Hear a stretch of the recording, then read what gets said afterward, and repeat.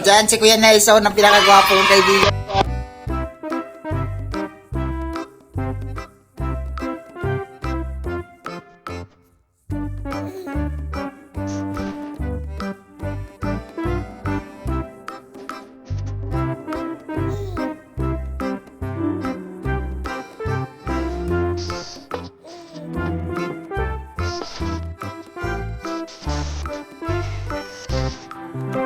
A few moments later.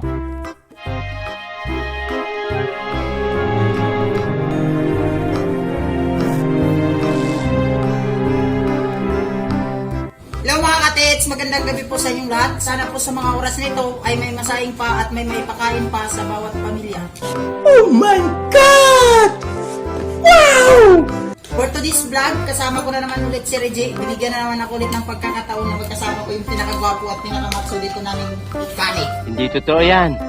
Si Abay-Abay, kain na Abay-Abay. Abay-Abay, teka. Baka nalaga yan. Yung ice cream namin na kakainin. Bahala ka sa buhay mo. Ginusto mo yan eh. Ayun mga katits, dito na lang kami mag-vlog. Kasi kanina, lumabas kami, pumasyal kami sa mall at mag-vlog sana. Ang nangyari, may sounds music doon sa loob ng mall, kami nag-vlog. Kasi baka makapiright naman. Doon, bumili na lang kami ng ice cream. Ito namin kinain sa loob. Kasama ko yung pinakagwapo kong kaibigan, si Rachel.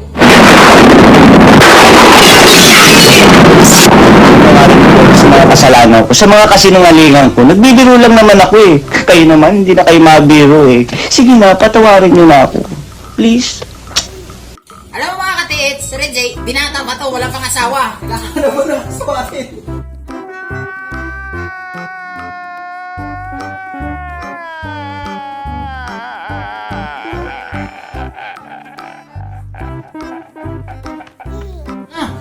Yun o. Ano na nalagayan? Kasi walang nagayan. Ay, naugasan yan. Nakita ko yung pagkagising ko yung kumain kay ni Ricky sa ano. Baka may maligaw dyan na walang asawa. Yun. At ito yung binata. Naghahanap pa ng asawa. Hindi totoo yan. Nandyan si Idol. Idol! Oh, aray ko. Tarantado! Hap ng ice cream. Okay, gan. Idol, Idol. Lamig kayo! Kami kay boy. Kayo! Tara, tukan tayo. Hindakan lang yan eh. Ano ba yan? Kinakain ko nga si Putol mo, so ayaw kumain. Ba? Para kay Putol lang pala yan? Hindi totoo yan. Ayaw kumain. Birthday na kay Reggie, ano, libre. Birthday na Reggie ngayon, hindi nyo binabate. Reggie, mechanic. Jay, happy birthday! Ano ba? May masipaw? Ay, oy, birthday boy!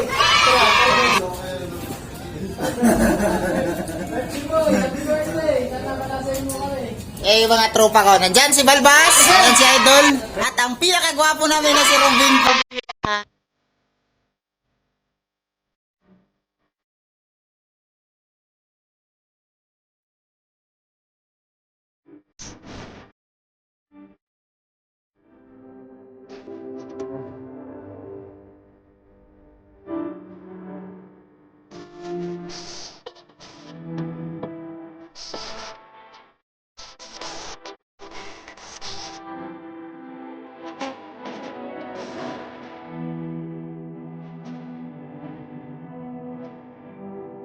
Mga katits, kasama ko naman ulit si Idol. Ito na yung pangalan pagkakataon na nakasama ko siya mag-vlog dito. Hanggang dito na lang po ang aking vlog mga katits. Sana po sa mga oras na ito ay may masaing at may pakain pa sa bawat pamilya. God bless all at mabuhay po tayong lahat sa panahon ng pandemic.